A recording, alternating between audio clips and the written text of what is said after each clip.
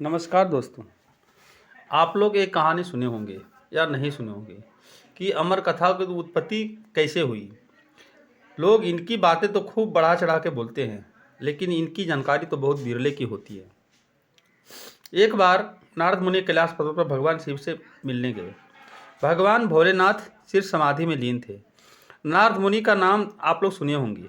झगड़ा फैलाने में उनका नाम तो अग्रगण्य हो है। आजकल लोग कहते हैं नारद मुनि मत बनो। नारद जी बोले, माता भगवान भोलेनाथ कहाँ है।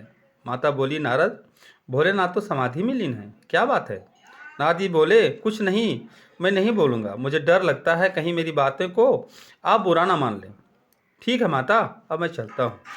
नारद जी जाने लगे तो माता पार्वती ने बोली, रुको, पहले बात तो बताओ, मैं बुरा नहीं मानूंगी, क्या बोलना चाहते हो। नारद जी बोले, माता ठीक है, मैं बोल देता हूँ, आप जिद करती हो तो। माता ये बात बताओ कि भगवान भोलेनाथ जो माला पहनते हैं गले में, वो कौन सा चीज़ का है और किसका है। माता बोली, मनुष्य की खोपड़ी का तथा रुद्राक्ष की माला भगवान भोलेनाथ पहनते हैं। माता आप कुछ जानती नहीं है। भगवान बोले, भोलेनाथ आपसे कुछ छुपा कर रखे हैं, आपके पूछने पर भी नहीं बताएंगे। पार्वती माता बोली, ये क्या बोल रही हो आप। हाँ माता, मैं ठीक बोल रहा हूँ। अच्छा माता, मैं चलता हूँ। पार्वती बोली कि नारद, ये तुम क्या बोल रहे हो, ये झगड़ा झगड़ा बढ़ा के फिर चुपचाप चले जा रहे हो। भक्तों, स्त्रियों का स्वभाव है, आप लोग जानते हैं। बात पूरा सुने तो जाने देंगे, नहीं तो नहीं जाने देंगी। माता बोली, पूरी बात बताओ, तुम्हें जाने की आदेश नहीं है। नारद बोले, माता आपसे भगवान शिव प्यार ही नहीं करती। माता बोली, नारद ये तुम क्या कर रहे हो।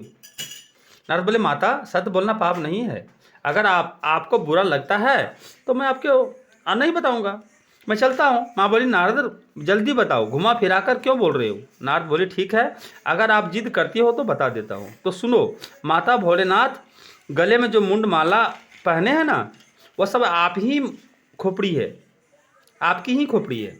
अर्थात आप बार बार जन्मती है और मरती है, और जब आप मरती है तब आपकी खोपड़ी को वो माला बना कर रख लेते हैं। इस तरह वो आपका गिनती करते हैं कि आपने कितने बार जन्म और मरण का वरण किए हैं। इसलिए आपको पहले बोले ना कि भोलेनाथ आपसे प्यार नहीं करती। माता बोली, भगवान भोलेनाथ क्या कभी नहीं मरते। नारद, नहीं, क्योंकि भोलेनाथ के पास एक ऐसी गुप्त विद्या है जिसका नाम है अमर कथा।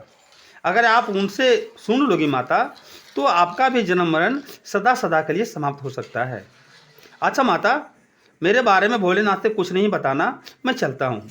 अपना कार्य का नारद जी चले गए। भगवान भोलेनाथ की समाधि जब खुली तब माता पार्वती उनसे सीधी मुंह बात नहीं करने लगी। अब बोली, क्या बात है। भोलेनाथ बोले, आज नाराज लग रही हो। माँ बोली, आपको क्या मतलब, आप मुझसे प्यार ही नहीं करते ही नहीं।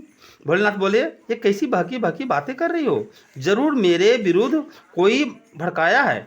अच्छा, तो लगता है कि मेरे अनुपस्थिति में नारद जी यहाँ आए थे।